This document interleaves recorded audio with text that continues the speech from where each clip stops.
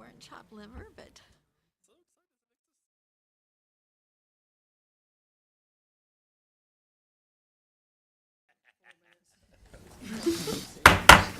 I'd like to call this meeting of the Williamsburg-James City County School Board Budget Work Session to order. I'd like to call the roll. Dr. Beers. Here. Here. Ms. Hummel. Here. Kelly. Here. Taylor. Here. Mrs. Young. Here. Ms. Ownby. Here. Item 1.2, approval of the agenda. Like a motion? To approve the agenda as presented. Second. It's, any discussion? Oh, Ms. Sarza? Aye. Mr. Kelly. Aye. Mrs. Taylor. Aye. Mrs. Young. Aye. Dr. Beers. Aye. Ms. Cook. Aye. Ms. Ownby. Aye. Moving on to item 2.1, budget discussion. I'm going to, Dr. Herron? Thank you, Madam Chair. Good evening, everyone. Welcome to the second budget discussion, and a special welcome this evening to Ms. Hewing, who's joining us officially today as the Chief Financial Officer of Williamsburg-James City County Schools. We're delighted to have her back in WJCC again.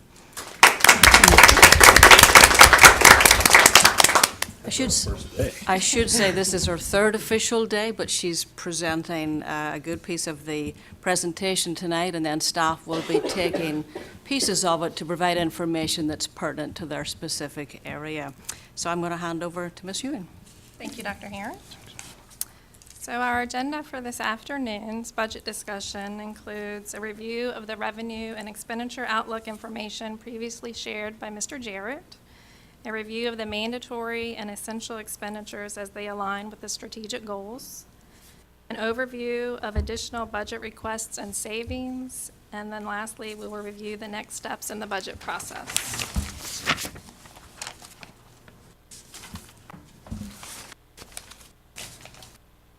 It should be noted that this is a preliminary look at the governor's proposed budget and local government transfers. These revenue projections will change in the upcoming weeks. Also, at the last work session, only major cost factors were reviewed. There are additional cost increases and savings that we will look at today. Based on the governor's budget proposal, state revenue is estimated to go up by approximately $2.5 million. Our local revenue is estimated to increase by approximately $1.6 million based on proposed budgets. And we've also taken a look at other revenue estimates and expect an increase of approximately $26,000 for total revenue adjustments of $4.1 million. Again, these are all preliminary numbers that will change in the upcoming weeks.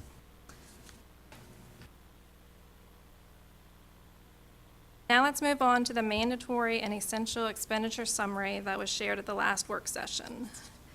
The mandatory and essential expenditure increases total $5.2 million, which includes an average 4% salary increase for eligible staff, as well as some mandated FTEs and contractual increases. At the last work session, we were estimating a 5% increase in health insurance costs, with that increase being shared equally, which was approximately a $900,000 cost for WJCC. We have since received updated information that indicates we are looking at a 1.5% increase. With a 50-50 split of that increase, the cost will be approximately $166,000. Mr. Baker will be sharing information regarding health insurance a little later in the presentation. So our total of mandatory and essential expenditures is $5.4 million. Now we're going to take a look at our expenditures and savings as they align with our strategic goals.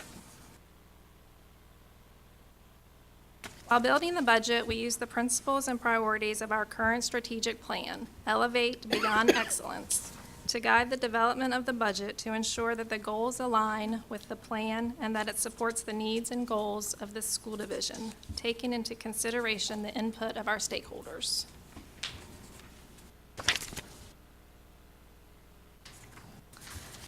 Before we begin reviewing the expenditure increases, I just want to remind everyone that the mandatory and essential expenditures that we are reviewing were shared at the previous budget work session on January 8th.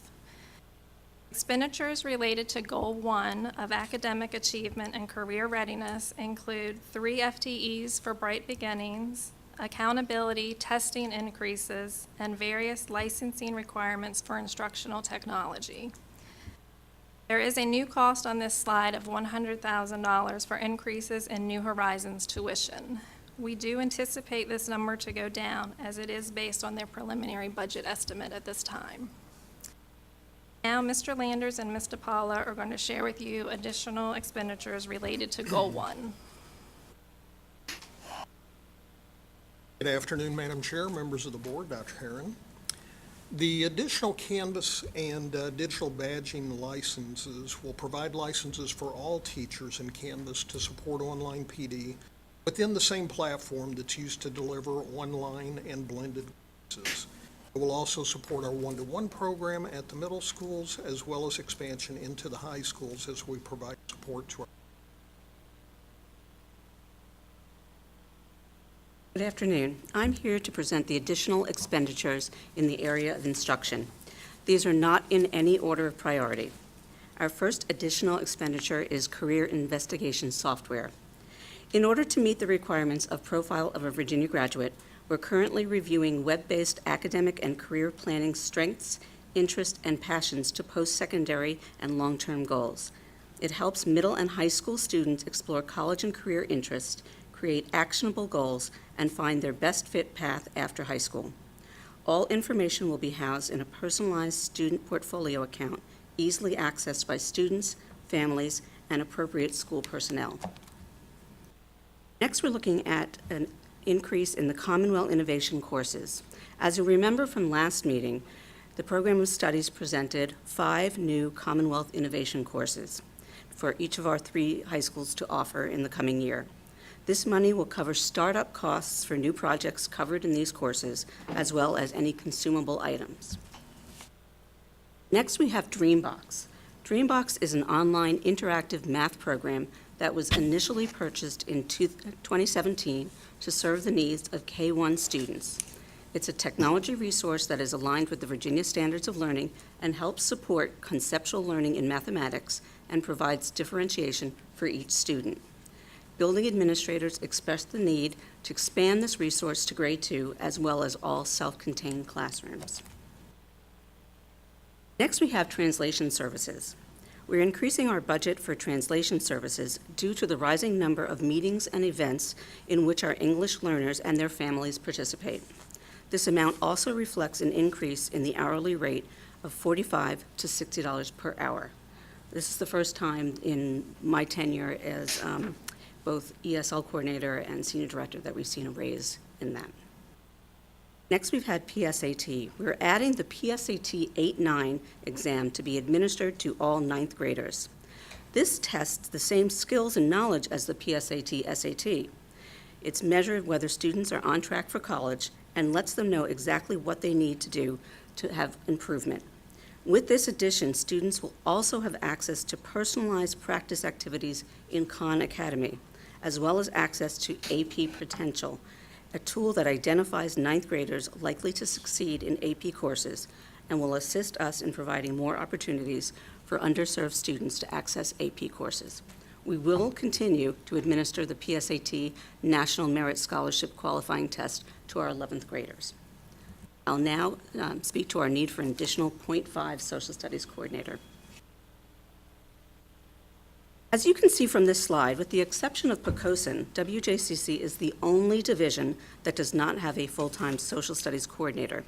In fact, a few of them not only have a full-time coordinator, but also employ specialists to specifically work with elementary and secondary schools. In light of the fact that over time the duties of the coordinator have expanded, the number of schools in WJCC has increased, and there are additional responsibilities due to VDOE requirements, I believe that there's a need for a WJCC to join its peers and employ a full-time social studies coordinator.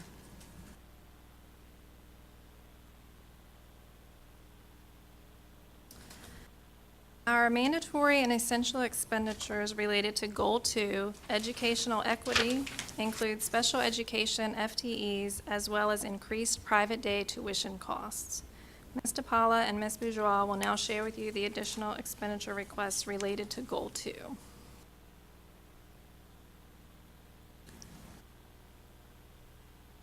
As you can see, WJCC's English learner population has grown significantly over the past 8 years.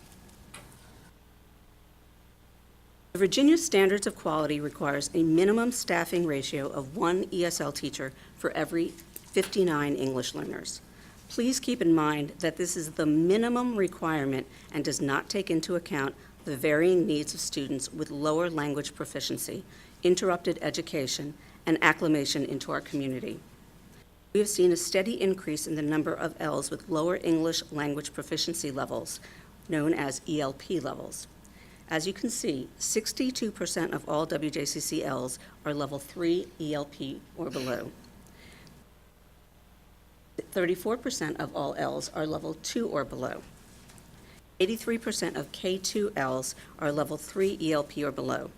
This is particularly important since numerous studies have found that students who can't read on grade level by 3rd grade are at risk of not graduating by age 19, compared to a child who does read proficiently by that time. And finally, 73% of grades 9 through 12 Ls are ELP 3 or below, a factor which can significantly impact on-time graduation rates as well. While the Standards of Quality ratio represents the minimum number of ESL teachers required to provide services for our Ls, staffing at this ratio does not take into account our ELP level 1 and 2 students' need for increased direct support. Some school divisions choose to use a level of need model to staff ESL teachers, weighting the level of support those students at level 2 or below much higher than students in 3-4 and monitored. The Department of Defense Education Activity, or DODEA, has a method of weighting L students based on level of need for support and a recommended ratio of 1 teacher for every 40 EL students. For example, students with an English language proficiency of 1 are weighted 3 points. ELP 2 students are weighted 2 points. ELP 3 and 4 students are 1 point, and monitor students are half a point as they do not receive direct services. Our current EL enrollment is 734 students, served by 15 ESL teachers. Using the DODEA level of need weighting method, our EL enrollment by need would be 1,012 students. If we applied the Virginia SOQ staffing ratio to WJCC's weighted L enrollment, 1:59 ratio would require 17 ESL teachers. If we staffed at the DODEA recommended ratio of 1:40, we would need 25 teachers. In this slide, you can see that compared to our surrounding and like school divisions, WJCC has the highest ESL teacher-to-student ratio. The addition of 2 ESL teachers would bring our ratio to 1:43, in line with York County.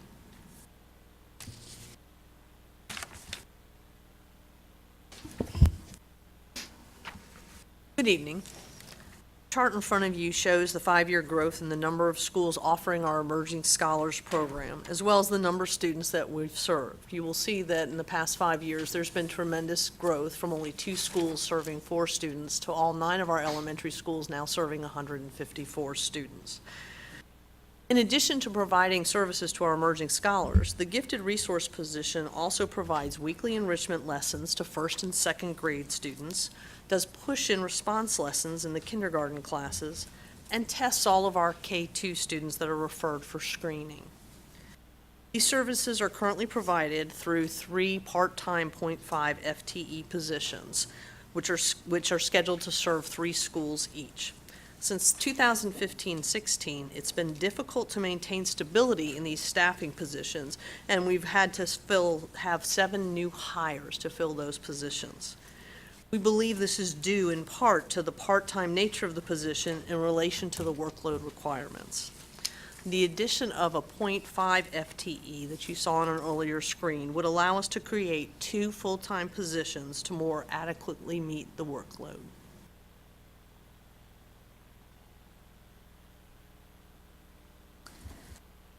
Our mandatory and essential costs as related to Goal 4, safety and security, include 5 additional FTEs for school counselors and an increase in Windows and Office 365 licensing fees that include enhanced security options. Dr. Worley will now share with you information for the additional expenditure request of 4 security officer FTEs at the middle schools related to safety and security. Good evening. As a priority in the school division, we want to make sure that our students are safe and secure so that they can put forth their best foot forward in learning. So the slide here, we've collected some data for you, and this slide shows which school divisions employ security officers in addition to their school resource officers in our regional and like school divisions. The addition of school security officers directly supports strategic plan goal 4, safety and security. Additionally, this enhances visibility in the building and supports the efforts of the school leadership team as they focus on promoting high academic success for all students. One important point to consider is divisions around the nation are placing a high priority on security funding. This focuses on many things from technology to people. We are grateful that our division has supported the new buzzer entry systems for all schools, and now we'd like to shift some priority to people. This slide shifts to highlight our regional and surrounding school divisions. This is important because these systems reflect a more urban setting, whereas some of our like school divisions are in rural parts of Virginia.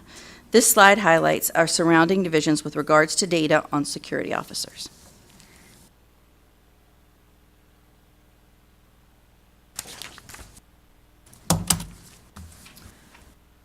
For Goal 5, Human Capital and Positive Culture, our mandatory and essential expenditures include a 4% average salary increase for eligible staff, an increase in health insurance costs of 1.5%, shared 50-50 with employees, and an additional AP at the secondary level. Mr. Baker will now share some additional information regarding health insurance. As we mentioned, the good news is, since the last meeting, our health insurance came in, the renewal came in at 1.5%, so that's good news. So we're proposing splitting that 1.5% 50-50 with the school division.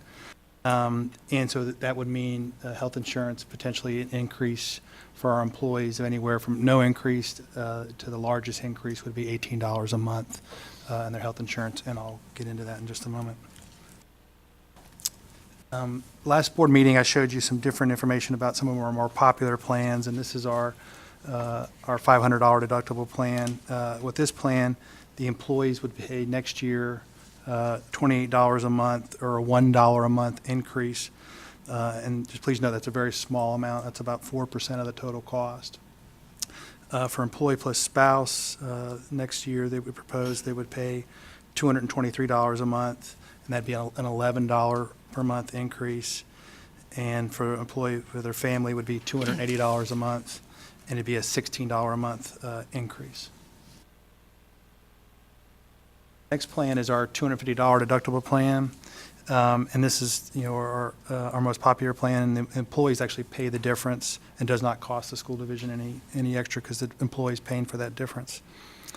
For this plan, the proposed increase for employee only would be $89 a month, which would be a $2 a month increase for our employees. For the employee plus spouse would be $336 a month, or a $13 a month increase for our employees.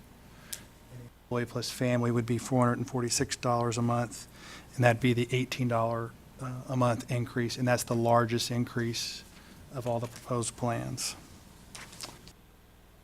We also do have a high deductible plan. We're not recommending making any changes in the prices in that. So right now it's $15 a month for employee only, $56 a month for employee plus spouse, and $109 for family. We currently pay $100 towards the health savings account, and what we're proposing is to increase that to match like what we pay out for the employees only on the other accounts, more like $130 for the health savings account. So we would pay the same amount as we're paying for the $250 deductible plan or the $500 deductible plan. I wanted to show you here a couple of examples of what a potential 4% pay raise would look like for teachers, and then also for the $500 deductible plan and for the $250 deductible plan. And so for these two health insurance plan, the increases, I told you before, were monthly, but this is annualized. So for the $500 deductible plan, for employee only, it'd just be $12 a month more. It'd be, for the employee plus spouse, it'd be $132, I'm sorry, $12 a year more. Thank you. $12 a year more. For the employee plus spouse would be $132 a year more. And for the family plan on the $500 deductible plan would be $192 a year more. The 4% increase for the beginning teacher would be a difference of about $1,720 a year. And for a teacher making $50,000 a year, that would be about a $2,000 increase for those teachers. So our more expensive plan is the $250 deductible plan, and so that would be an increase for employee only of $24 a year for employee only, $156 a year per employee plus spouse, or the largest increase that we have would be $216 a year for someone to cover their family for the $250 deductible plan. That was an example to kind of show for the teachers. Another example we have is for bus drivers. There's a significant portion of our workforce. Again, so a bus driver, beginning bus driver pay raise of 4% would be about an annual raise of about $623. And a bus driver earning kind of the middle of the scale would be a $20,000 a year bus driver, and that'd be about an $800 a year increase in their raise. And again, so these health insurance increases would be employee only for the $500 deductible plan of $12 a year increase, employee plus spouse $132 a year, and the family plan would be $192 a year increase. And then with our more expensive plan, the $250 deductible plan would be $24 a year increase for employee only, $156 a year for employee plus spouse, and $116 a year to add their family. One question I got and I wanted to show you was the difference between the two plans of how much people are paying the difference between the $500 deductible plan and the $250 deductible plan. And so for our employees, to make that change, some employees would rather have the money in their pocket or make that change. So for an employee only, switching from the $250 deductible plan down to the $500 deductible plan would be a difference of $756 a year. And that's the difference they're paying if they're changing from the $500 to the $250. For employee plus spouse, that'd be a difference of $1,392, and a change for the family plan would be $2,040 a year if they were changing from the $250 deductible plan to the $500 deductible plan. And one last slide I wanted to show you is just kind of what our employees are paying, again, for their plan. And it's hard to compare apples to apples because our plan is medical, dental, vision, and to compare our plan with some of our neighbors. And so to get a comparable plan of our $250 deductible plan with some of our neighbors and adding in dental or vision if they didn't have it, and the best we could get, it was kind of a composite of York, Newport News, Hampton, and Gloucester.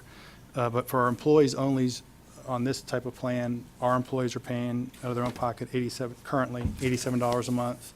And on average, these other school divisions are paying the employees are paying $135 a month for employee-only coverage.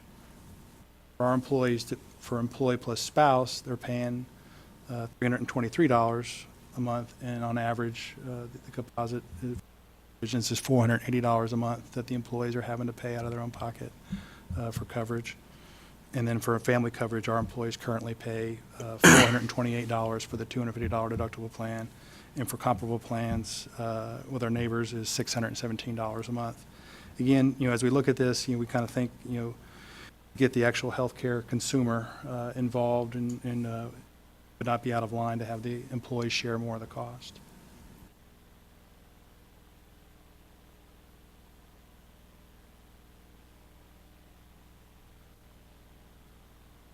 Ms. DePaula and Dr. Worley will now share with you the additional request related to Goal 5. Hello again. I'm here asking for an additional $12,500 for National Board Certified Teachers. We currently have 64 National Board Certified Teachers with 15 teachers in year 1 of the certification process. The increase in budget will allow us to fund the second year of certification for these teachers that have already started, as well as support funding for new candidates that will begin the process next year. Currently, we have 64 National Board candidates, 15 candidates that are in year one, and 4 in renewals.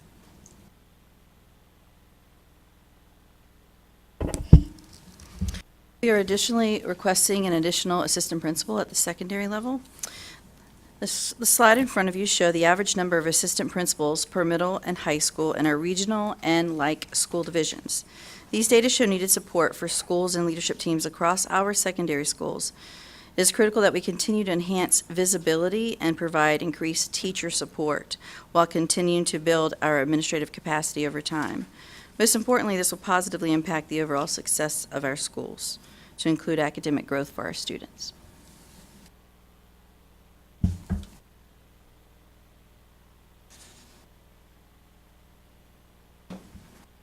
Mandatory and essential expenditure increases related to Goal 6, organizational efficiency and effectiveness, include increased licensing costs for Synergy to allow for online registration.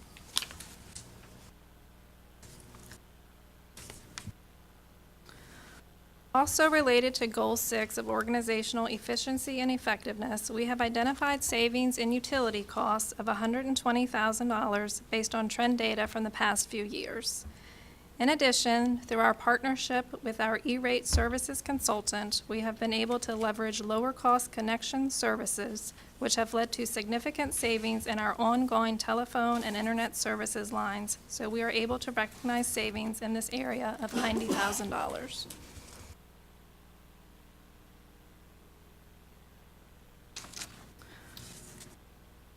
Overall, where possible, adjustments have been made within and between departments to support the strategic plan, Elevate Beyond Excellence.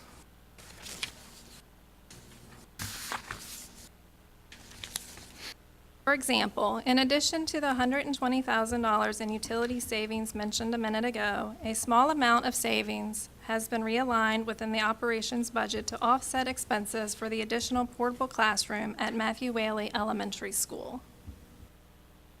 Communications and engagement, Goal 3 of Elevate Beyond Excellence, is another area where resources were reviewed based on funding levels from previous years and realigned to meet current and anticipated needs. Several initiatives make use of free or low-cost resources, allowing for funds to be used for other projects such as new online resources, video equipment, and projects and print materials that can be used in a variety of ways.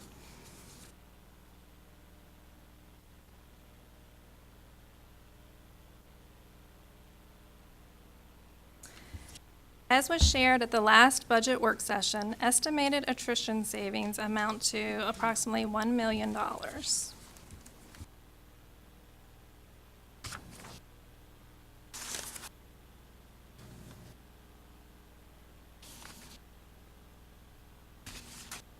So to summarize everything, our total revenue adjustments amount to $4.1 million. Our total mandatory and essential expenditure increases amount to $5.4 million, which includes $166,000 for health insurance. Our other expenditure increases shared with you today total $445,000. After factoring in $1 million in attrition savings, the total shortfall amounts to approximately $700,000. This would mean an additional request to the localities.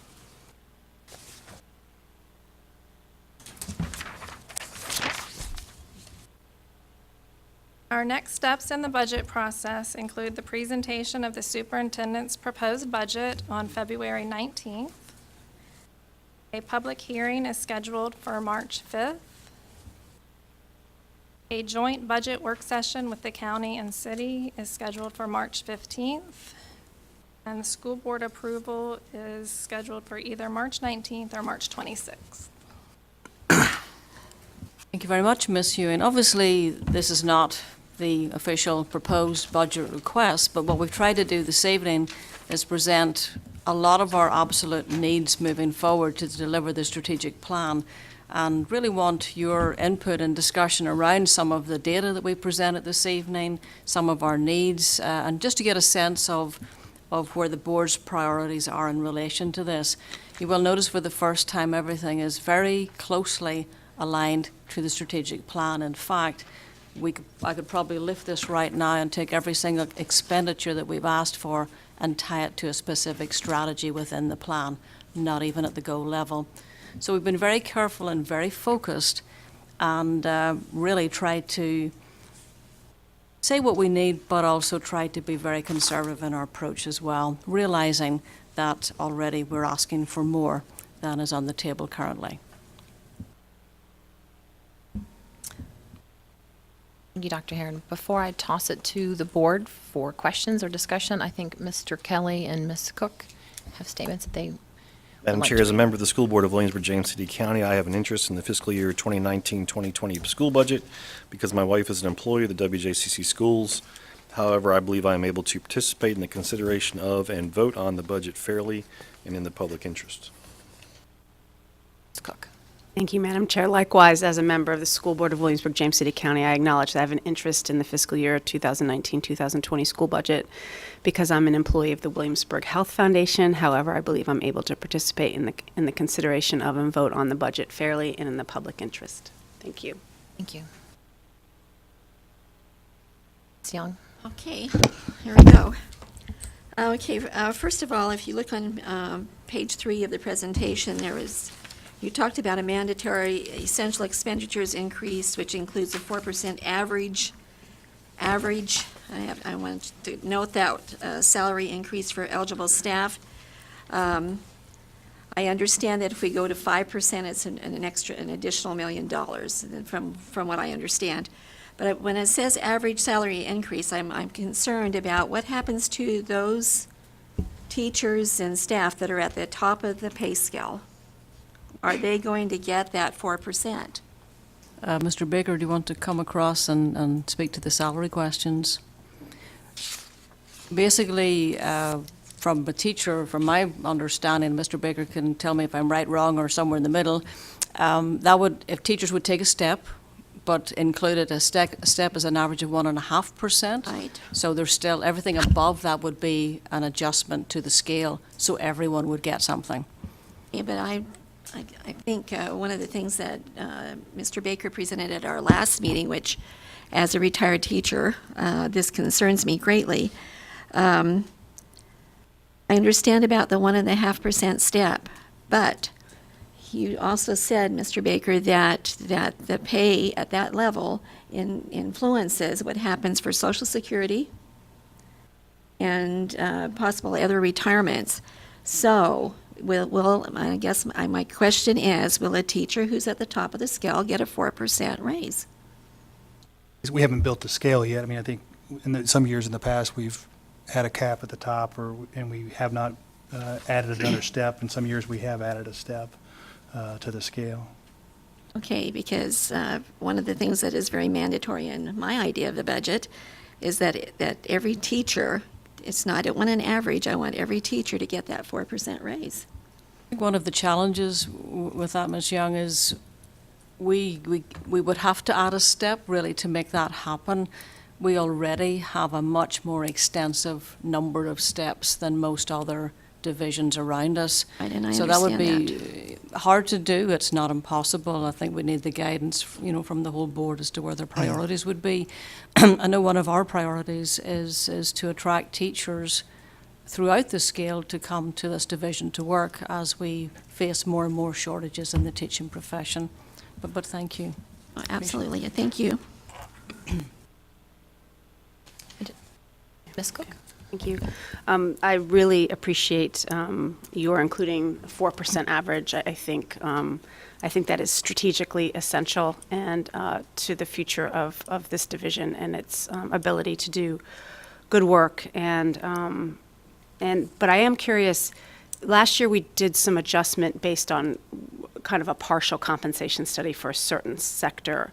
Are we going to embark on a compensation study to address the entire compensation for all staff at some point in the not-too-distant future, next year or two, or?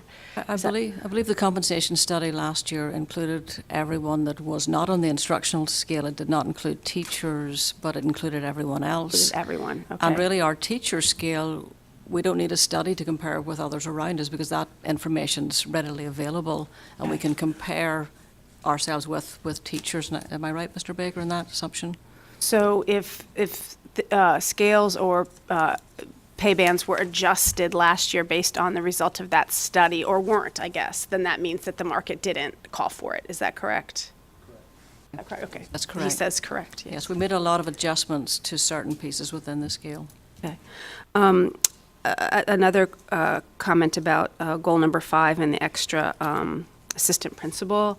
I understand that the data tell us we need to add 1. I struggle with that and wonder if we need to add more. I know you'll place that person where the data tell you to do it, but as an issue of parity, I struggle with just adding an AP to this division when we've got 3 high schools and 4 middle schools who all need them. I could draw everyone's attention back to that data slide of the assistant principals.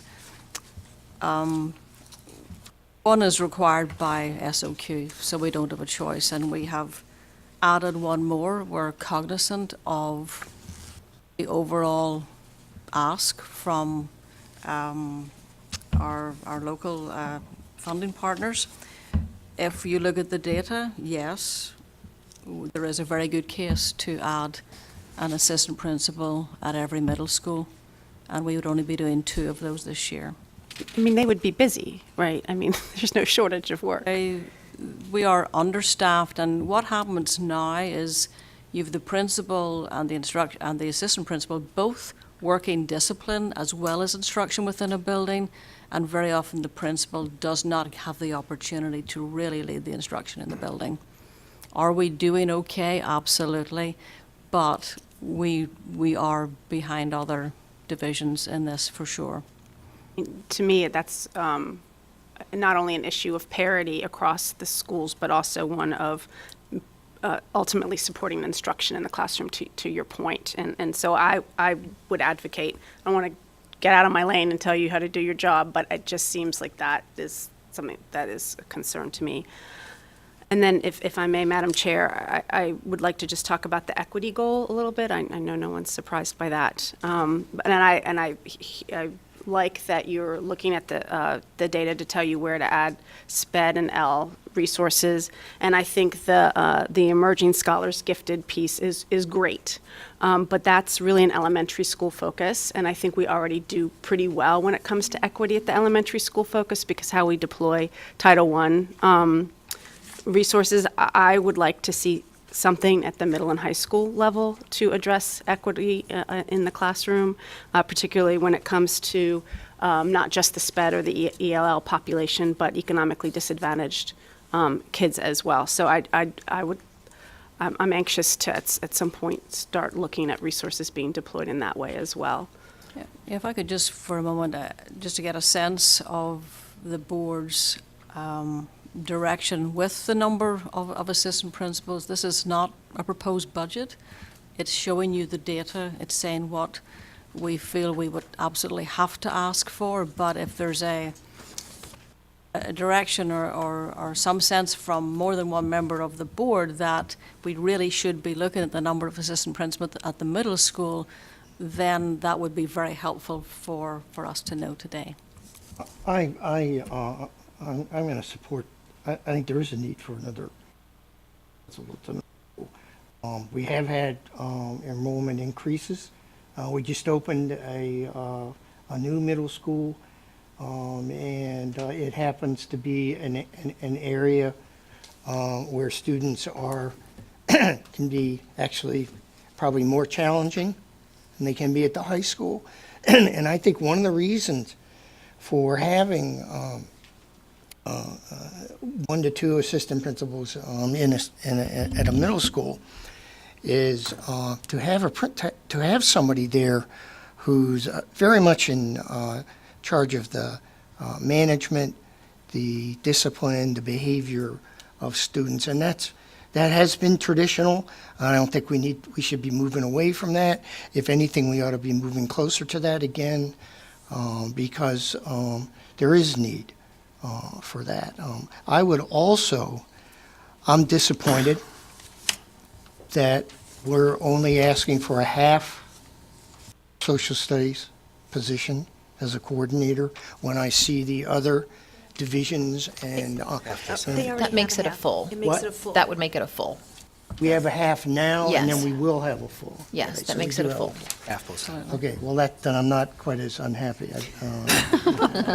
because the reason I think it's really critical is I look at all of those pathways, all the careers, so many of those areas at the secondary level are going to rely very heavily on input from those subject areas that we put under the umbrella of social studies. So good, I'm glad to see that. But I also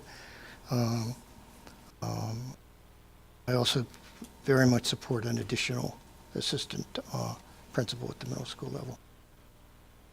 So are others kind of a straw poll in support of additional APs? I Ms. Young. am, because I do think the need is at the middle school level. And, I mean, when we're talking about the instructional programs that are at school, should be the primary focus of the principal. And right now, if that principal is doing discipline, then that is not being met. So I would support additional assistant principals at the middle school level. So right now, you're getting, there was one required by SOQ, and then you're adding an additional one on top of that, so we're adding two. That's correct. And also the security guards were really almost like an alternative or another way to add an additional adult supervision in the building. Right, so the two, were those destined for middle school, or had you not decided yet? To be determined, but most likely where the greatest need is, which would be middle school. So then we would have to have another two to make that, Yes, sir. do my math correct, you know. Right. Sometimes I struggle with that. I mean, if we look at, this is also kind of a consequence of special ed and ELL, That's correct. to have additional assistant principals there. So I would support the administration's recommendation on that. Ms. Taylor? Thoughts? I agree with adding assistant principal. Support is needed. I also would like to see that. Maybe it could be offset by not needing the security if you've got an extra, not that it's apples to apples, of course it isn't, but I do think that if you're going to elevate beyond excellence, you have to have the time in your day to do so. And the discipline cases, control kind of issues take up an inordinate amount of time to such an extent that the whole day can go by and the principal doesn't actually have time to think about strategy and school improvement because they're just trying to, get the nearest or take care of the nearest problem. So, but if there's some way to offset it by maybe, Perhaps if I could have some thoughts and consideration of the security officers, then it's difficult to do everything at once, and I think we've come in very gently in this because we don't want to take the focus off 4%. So as we ask, we're very cognizant of making sure that if our funding request eventually was not funded by the locality, where would we go? Because I've heard from most board members that is a huge priority of yours. So is this the offsetting idea of not doing the security officers right now and making the additional adult an instructional leader as well as an extra adult presence in the building? Is that something, is there other thoughts on that from just to have some sense of where everyone is? Ms. Young? Yeah, Madam Chair. I guess I have a question. Do we have, last year it was requested that we would have at least an extra security person in Blair. So we do have one currently at each of the middle schools. Is that correct? We do have an SRO at each middle school, but they also have other responsibilities within the community. So are they there 100% of the time? No. Are they in the buildings regularly? Yes. Do we know what percentage of their day is spent within the building? I think it changes from day to day, depending if they're called out to something else. But I think they are in the buildings fairly often, and Dr. Worley's nodding her head that relationship is there, and they try to be in the buildings as much as they can. But it's not a 100% there. But the extra assistant principal would certainly help in that area too.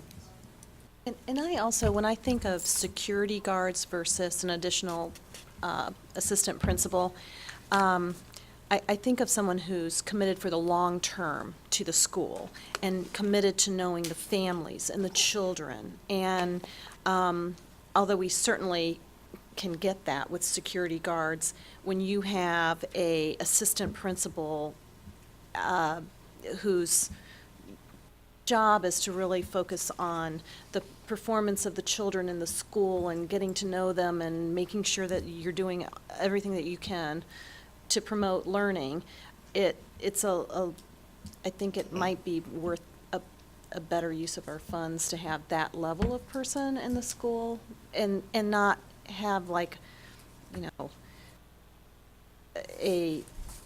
just like a security guard.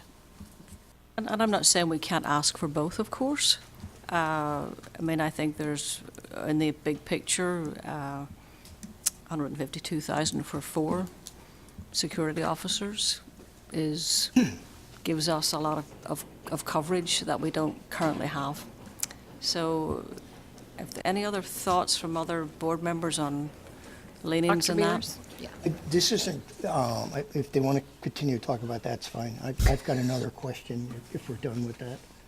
I don't want. Are there additional thoughts on security guards, AP? Yes, I would hope that we would ask for both. Okay, I think the sense is a combination of Either way.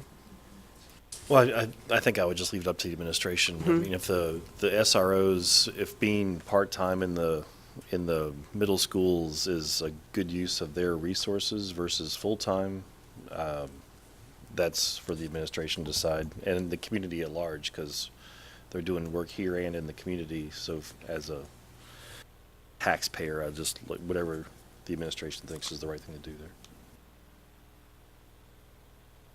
Dr. Beers? Yeah, just have, Mrs. Ewing, I'd like you to, I want to make sure I completely understand the chart on page 20. And I'll put on my taxpayer hat or member of the governing body. Explain, or just tell me how those figures fit into, let me say it another way. Assuming that we have a tentative budget that the superintendent's going to propose, how do are these numbers related to that at all? So when I come down here and I say a total shortfall of $697,120, what is that based on? So this is based on the governor's preliminary budget that shows, and the locality's proposed budget. The locality's proposed budget includes. So our budget. Yes. So does that mean we come up $700,000 short? Yes, so we would need to request an additional 700,000 from the localities beyond the 1.6 million that is currently in their proposed I budget. just Beyond wanted what to they make were sure I planning. understood that. Yeah. Right. Or cut somewhere else. Right.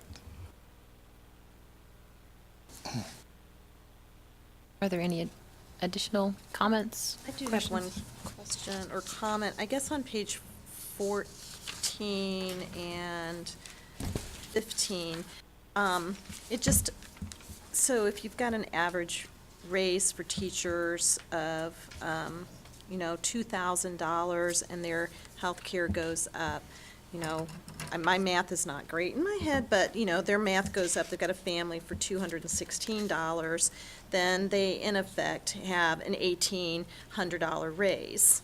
But when you look at the bus drivers, it's the same amount that's going up for their, let's say they've got a family, and they only are getting a raise of 800. So when you look at, I mean, that's what a third of their raise is going towards their healthcare cost increases, which is a lot higher than our teachers. That's a much smaller, that's like a 10% offset for the teachers, but it's like 30% or more for the bus drivers. And I just don't know whether there's any way to equalize that from a budget standpoint. Basically, each individual is charged the same amount for their Right. health insurance, and many of our bus drivers work for health insurance for their family. I think the key in this, we are incredibly fortunate to have 1.5% increase. The original figure brought to us was between 5 and 10, about 8%. We made a very conservative estimate that we thought it would land. Looking at our numbers, preliminary numbers, we made an estimate of 5%, and we're delighted. I was about to dance around the table at one point at 1.5%. That would be well worth seeing, Mr. Kelly, I know. I mean, literally, we're so fortunate because it's going up so little this year, and yet we're hoping to give a significant pay increase. This is one of the areas we've talked about several times about shifting the cost share. If we shift the cost share even more than where we are now, where we pay most of the health insurance for all of our employees, then it would have a much bigger impact on our lowest paid employees. So it's a hard shift to make. However, this does shift it very slightly.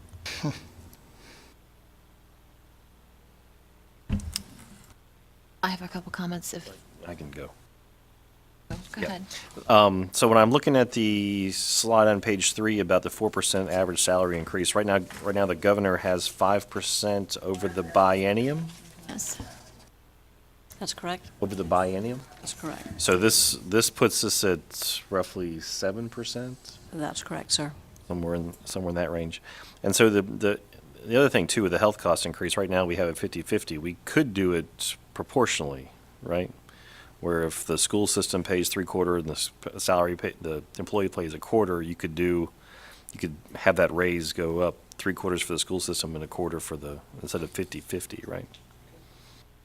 But not that I think that's the right thing to do, just another thing to talk about.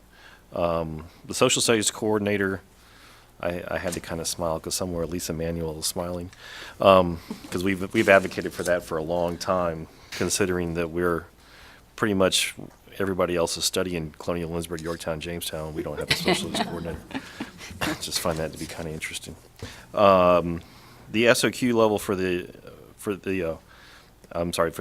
current enrollment for the ELs, that's similar to kind of a special ed formula that we have as far as the need and how that works. I think that's a pretty good strategy there to kind of identify the need and what's coming to us. And so the two new teachers would bring us to 1 to 43, which would be similar to York County, but it's still on the high side of our Padres, I guess is. So I don't know. That is a growing need, and going to be a continuing growing need in our community, and we got to kind of think about that. We get over to the school counselors and additional school counselors. There's legislation making its way through the General Assembly. About 80% of the school counselors' time is on school counseling. Kind of an interesting thing. Does this get us there? At the moment, our counselors are keeping records of their time to really assess the portion of their time that's been spent counseling. So until we have that data, we really couldn't say, but this certainly will help to push us in that direction. But I think we've also got to redefine some of the counselor role as well to really impact students with counseling. But, and I think we also need to understand too, that's 80% minimum. I want to be minimal, personally, from my point of view. The security officers at for the 4 FTEs, these are not armed security officers, right? These are just security officers. Absolutely. We have 3 at each high school. We don't have any at the middle school right now. Yep.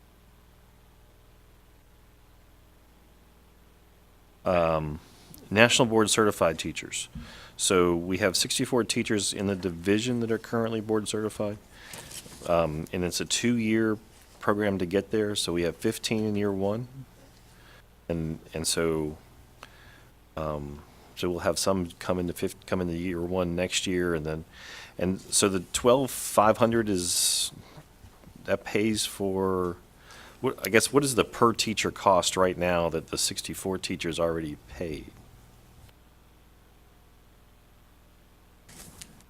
The per teacher cost, we pay their renewal every 5 years, but they have an amount of money that they have to pay for the components.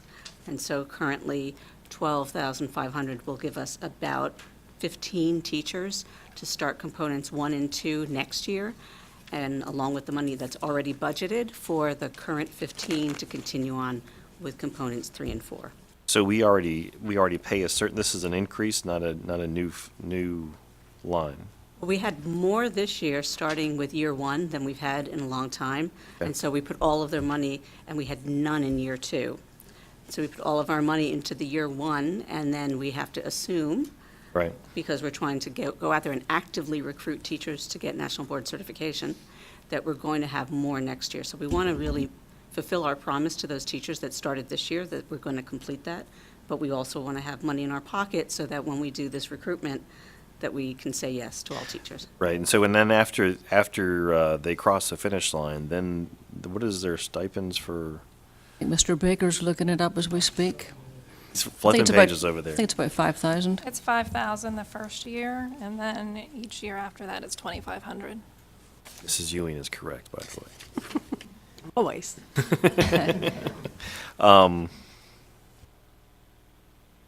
Also, just it's a pleasure to have you. I'm glad you're here. Thank you. Glad to be back. What is Synergy? That is our student information system. I feel like I should have known that. We talked about it at the last meeting. Thank you. That's all I have. Dr. Beers? Yeah, I'd like to turn to another staffing need, and this population continues to grow, and our community, we have to recognize and we have to deal with that, and that is the ESL staffing. And I'm looking at the ratio of all the school divisions. We have the highest ratio. What I don't know is where the growth is. 734 is pretty high. Newport News is the highest, and then we're number 3 after Rockingham. I think we're going to need some additional staff there, and if it means we have to ask for it, we have to ask for it, because that is the nature of our student population. I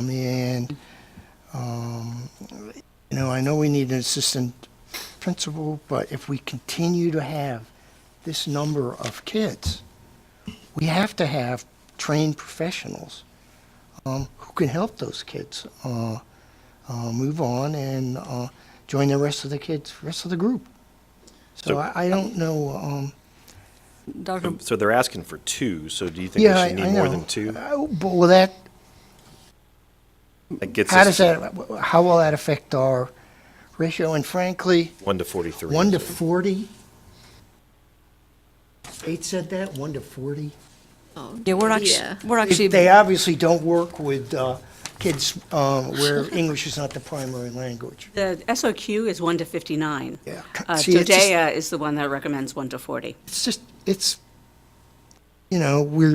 We don't do the minimum in so many other areas, and I just think this is an area that we can't just do the minimum.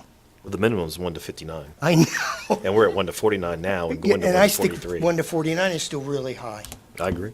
Yeah, I think last year we were required to have 12 ESL teachers. Last year we added 3, we now have 15. We're asking to add 2 to make 17. But also in the background, one of our strategic areas of focus this year is to begin to teach all teachers how to effectively reach our English learners more effectively. And so that there's an initiative that really 17 teachers can't reach all of these students. And so there are some changes in some instruction, some approaches within every single classroom Can we that hear will about those? they'll be part of that I initiative. want to hear about that. Sheltered instruction. You've heard about SIOP. So that it's ongoing, and we're working towards it. I think it's building blocks each year to get to where we need to be. But the number does continue to grow. Yes, it does. Ms. Young? Okay, since Val is here, I wanted to ask about the teachers that are for the national board. And you said there's a licensing fee for that. Is there a fee that we pay? Did I Yes. hear that right? And how much is that fee annually? Or is it, Annually, there's a one-time fee, and it's $1,250. is that for 5 years? Yes, for the renewal for 5 years, But every 5 years they have to renew? if they want to continue being National Board certified, And, yes. and then is there additional requirements in order to be? Yes, be- there are. Wow. And then I have a question about Dreambox. We're expanding, we're being asked to expand to second grade. The $30,800, is that just for the expansion? That is the total cost for the K to 2, plus all of our students that are in resource. Okay, perfect, thank you. I have a couple questions, Ms. DePaula. Just stay. So in thinking about equity, I'm excited that we are proposing a half-time social studies curriculum lead, but I know that we also have we currently have a half-time physical education, and so I was just wondering what the conversation was, and is that something that we think we'll tackle next year? Possibly next year. The data really showed that we need the social studies coordinator based on SOL scores and the additional duties from the Department of Education, alternate assessment, project-based learning. Okay. And then in terms of fees, I know there's been some conversation in SBQs about paying for the AP test, like we did years ago, and then we stopped. And so was there any conversation about? Yeah, we've had some very extensive conversation. I'm going to bring Dr. Worley up to the table just to give a sense of what we do now for students and what happens at each high school, because I think that we do more than perhaps is known. Plus the cost to take an AP class is different depending on or AP test is different depending on the student. So Dr. Worley, if you would just give us a sense of what we do now and how it works. So typically, if a student wants to take the AP test, they sign up to do that. We have a formula in place for students that are on free and reduced lunch. The AP test comes in at a reduced rate, and I can tell you exactly, I don't want to say the improper thing. I believe the College Board drops the payment down to $54, but actually Williamsburg, James City County charges students on free and reduced lunch $16 to take the test, and we make up the difference. I can speak as a former high school principal. We made up that difference within our school budget to make sure that all students could take the test who wanted to. That's great. Were there additional thoughts, comments? I just have one question. Oh. No, go ahead. How much is the portable classroom at Matthew Whaley? Approximately 30. And that's, money's been realigned within the budget to meet that need. I just wondered, I think what's happened throughout every single budget, we literally have looked at every budget, we've realigned what we're doing to try to move forward with our strategic goals, and we've been looking for savings across the board as well and moving money around. If you look at the total instructional potential request, it's about $150,000. Most of the extra request is coming in salary or benefits or additional staff. So it's a conversation about people at the end of the day. rather than instructional resource, because that request is actually very minimal and it's being offset by savings in other budgets. Ms. Young? Yes, I had a question for Dr. Worley about how much does it cost to take for students that are not on free and reduced lunch? What is the cost per test? 100. $100? So it's $98, yes. Okay, $98. I'm sorry. And then on the, I guess this is for Mr. Baker, but for the high deductible plan, what is the deductible for that? Is that $1,000?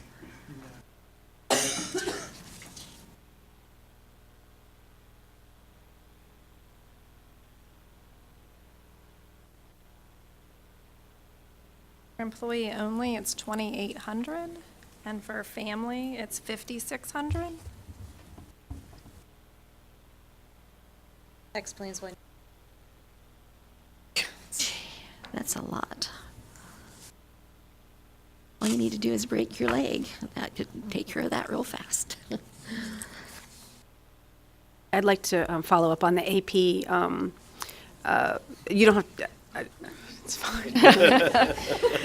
I just, from my perspective, and I appreciate that, the hack work that you've been doing, to address the equity piece of it, but I also think that it's an instructional, part of our instructional goal and also our organizational efficiency. And I do worry about accountability with AP from a student perspective, that it's optional, because then you benefit from a bumped up GPA where you may or may not have put in your all or even really learned what you're supposed to. And from a teacher perspective as well, to ensure that, and I guess the same is true for Project Lead the Way or other sort of national tests that we do, but for the school division to know whether or not that content that's supposed to be taught is being taught. So from my perspective, I realized that it was cut for budgetary reasons and that there was very little choice at the time, but how as a division do we know that content is being appropriately taught and absorbed by the students, yet they're getting an elevated GPA or not average, grade, whatever, grade for that. And so that concerns me, and I think we really need to look at that and because we don't know. We just don't know. But what also happened during the time when we were paying for the AP test in order to get the elevated grade is that people were filling out Christmas trees on their AP exams. So it was I think, a total waste of taxpayer money for certain students that were simply, there was no cost involved for them, so they're just taking the test so that they can get the elevated grade, and then that makes our AP test grades look really bad when there's a certain number of kids that were taking the test that were not really seriously interested in taking. So there was no consequence if you didn't get a good. No consequence. So if you didn't get a 3 or higher, you still got an elevated grade. I think there's a lot of different perspectives around advanced placement classes and examinations. I know Dr. Worley, having lived it as a principal, there was a tendency, I think, for seniors to not want to take the test, especially if they already had everything they need for where they were going. Do you want to speak to that a little bit, and anything else? Yes, this is something that I'm obviously, as we all are, very passionate about, being recently a high school principal and really working to give all kids access. There's a lot of things that we see as going into keeping kids from either signing up, which is why we started the AP Hack Task Force to give more students exposure. But looking at the data, there's really a variety of reasons why students will decide not to take the test. The biggest one would be that college acceptance letter, and they're already in senioritis, they already are at the end of their year, and they've realized, okay, I'm accepted to William & Mary or UVA or Clemson or wherever I'm going. There's not a need for me to sit through another rigorous test when I already have this. And we also have classes at schools where I know in one particular case, there's a section of AP that the class is totally dual enrolled and also an AP credit. So those students have the choice, and most of them choose not to take the test because they already have the college credit because they're dual enrolled. So there are a lot of things going against it. I think the good news is that we're all aware of it, and we have, staff and a school board and a superintendent and people working really hard to find ways to open doors for all kids and getting students in the classroom. So we appreciate you all bringing the feedback to us. I think But one of our greatest challenges is to create some more expectations around those classes as well, Yes. which obviously needs to Right. happen. But Ms. Hummel, I think, spoke eloquently about taxpayer resources. And if we have a student who doesn't need to take the exam because they've gotten into college, then perhaps they didn't need to take the course in the first. I mean, that's No, because, but that's and the UVAs and the William and Marys of this world will only accept a 5 in some cases to give the credit. So Right. someone is sitting there, they've already gotten into William and Mary. Let's say they're pre-med. They're being coached or being told by their college counselors, don't take the AP credit, take the chemistry class as a college student and get the grade as a college student, because when you're going on to grad, there's a lot of reasons for people not to take the test. Because, if you're going to get a 4, you're not going to get the credit at William and Mary or UVA. So there are lots of... And to that point, though, colleges are looking for that rigor. So Yes. they are looking Yes. for rigor, not necessarily the elevated GPA, but they are looking for the rigor when they're looking at who they're going to accept, and they're looking at that student profile. But when we're looking at where we're investing our resources to provide that rigor to our students, we need to look at accountability. I think Dr. Herron just spoke to that, and that's one way to do that. So I think that's got to be at least part of the thinking.